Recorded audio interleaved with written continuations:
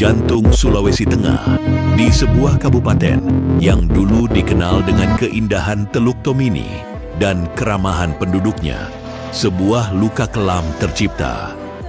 Poso, sebuah nama yang kini identik dengan tragedi. Antara tahun 1998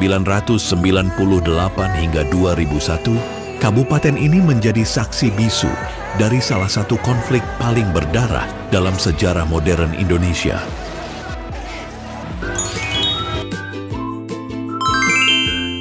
Poso adalah konflik sosial yang berkembang menjadi konflik kekerasan bernuansa agama antara kelompok Islam dan Kristen di Kabupaten Poso, Sulawesi Tengah. Waktu kejadian utamanya sekitaran tahun 1998 hingga 2001. Tetapi puncak kekerasannya terjadi di tahun 1999 hingga tahun 2000. Awalnya konflik ini bukan konflik agama, tetapi konflik sosial politik yang kemudian berubah bentuk karena sentimen SARA. Konflik Poso termasuk konflik horizontal, yaitu terjadi antar kelompok masyarakat. Konflik Poso itu juga termasuk konflik terbuka, disertai kekerasan fisik. Terus konfliknya juga bernuansa SARA, agama yang dijadikan identitas pembeda. Bentuk kekerasan fisik, penyerangan, pembakaran rumah, kekerasan kolektif massa versus massa. Kekerasan struktural, rasa ketidakadilan, lemahnya perlindungan negara. Faktor penyebab konflik. Secara sosiologis, konflik Poso dipicu oleh perbedaan kepentingan politik, perebutan jabatan lokal pasca reformasi, kecemburuan sosial dan ekonomi, ketimpangan akses pekerjaan dan kekuasaan. Identitas sosial yang menguat, agama dijadikan simbol kami dan mereka. Provokasi dan isu SARA, isu bohong memperbesar konflik. Lemahnya kontrol sosial dan penegakan hukum. Negara terlambat bertindak tegas.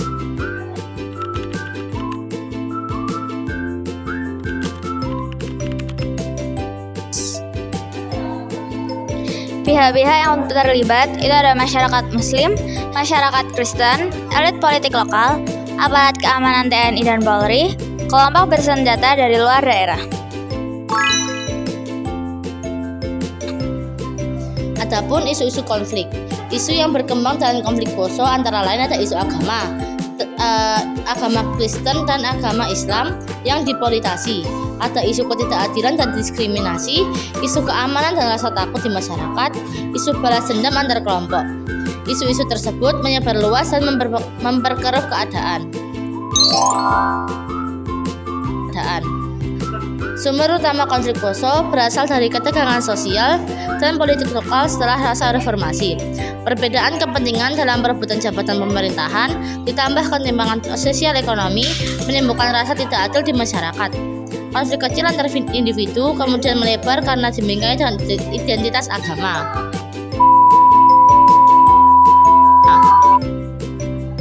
Sikap pihak-pihak yang terlibat, kelompok masyarakat menunjukkan sikap saling curiga dan defensif.